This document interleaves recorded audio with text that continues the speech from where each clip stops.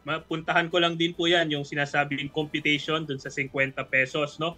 Sa katunayan po, no, kung babasahin niyo po yung wage order, kahit pagbalik-balik na rin niyo po, hindi rin po nila mapakita kung paano po kinompute yung 50 pesos, no? Binabanggit lang po nila itong mga factor na to, which ironically, no, doon po sa Republic Act 6727 na bumuo po sa regional wage boards, no, actually, hindi po nga kasama yun doon sa mga 10 criteria. Ang pangunahin nga pong criteria doon ay yung the demand for a living wage. Kami po, no, very confident kami kasi ito pong panukalang batas po namin. Alam niyo po, nag-start po ito noong 2023 po. Kami po yung original na nag-file noong 150 pesos legislated wage increase. Nakabatay po yun sa dalawang factor. Yun po ay yung nawalang halaga ng purchasing power dahil po sa inflation at yung 36 years po na barya-barya lang po yung binigay na aumento po ng ating mga regional wage boards. Kaya ang tawag po namin doon noon ay wage recovery. No? Layon lamang po nitong bawiin yung nawalang halaga dahil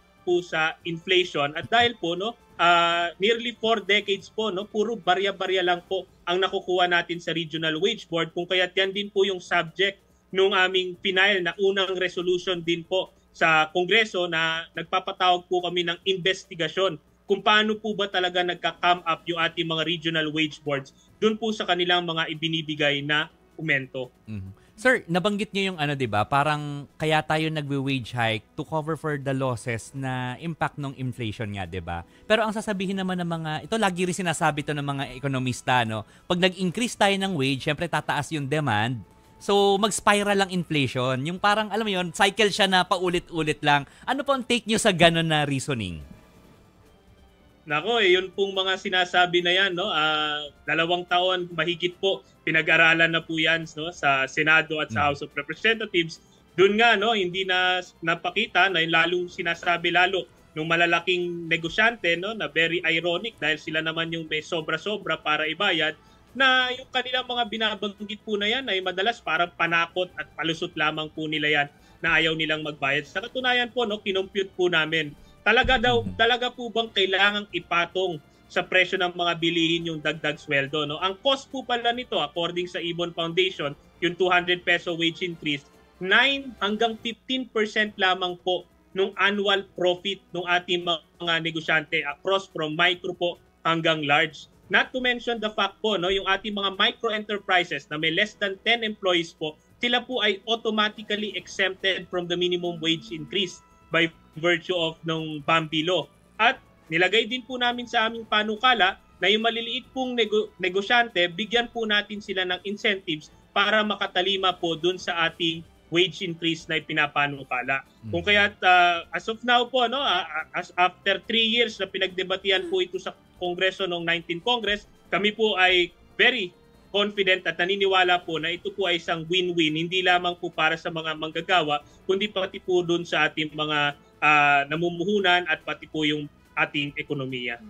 Linawin lang po natin yung sino yung mga exempted po. Kasi, na-mention nyo yung mga malalaking negosyo, syempre hindi.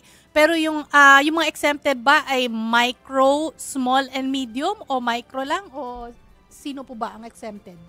Ay, maraming salamat po na pinunto niyo po yan. No? Unang-unang automatically exempted po yung micro enterprises. Sila po yung may mga less than 10 employees. Yan po ay automatically exempted. Yung atin po kasi mga small businesses, sila po ay meron ng 10 to 99 employees. So sila naman po yung dapat bigyan ng insentibo. No? So hindi po yan exempted. At yung medium po, actually, medyo malaki-laki na po yun. No? Yan po yung mga negosyo na may higit na pong 100 empleyado.